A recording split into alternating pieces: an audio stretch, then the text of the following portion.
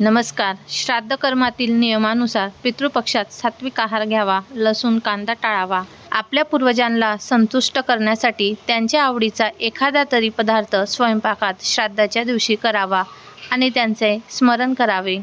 असं म्हणतात, श्राद्धाच्या वेळी जेवण करताना मौन बाळगावे, पदार्थांची स्तुतीसुद्धा करायची नाही आहे आणि पदार्थांना नावसुद्धा ठेवायचं नाही आहे. प्रसाद म्हणून तो खायचा आहे. तसेच श्राद्धाचा स्वयंपाक करताना अजिबात चिडचिड करू नका. शांततेत मन प्रसन्न ठेवून, पावित्र्य ठेवून स्वयंपाक करावा.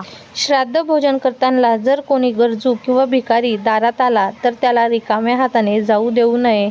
यामुळे श्राद्धविधीचे पूर्ण फळ मिळत नाही. म्हणून त्याला देखील जेवण द्यावे किंवा काहीतरी दान द्यावे. तसेच श्राद्ध भोजन देताना मनात भेदभावाची भावना ठेवू नका. श्राद्ध विधी पूर्ण झाल्यानंतरच सर्वांनी जेवण करावे. गाय, कुत्रा, कावळा, मुंग्यांसाठी अन्न जरूर काढावे.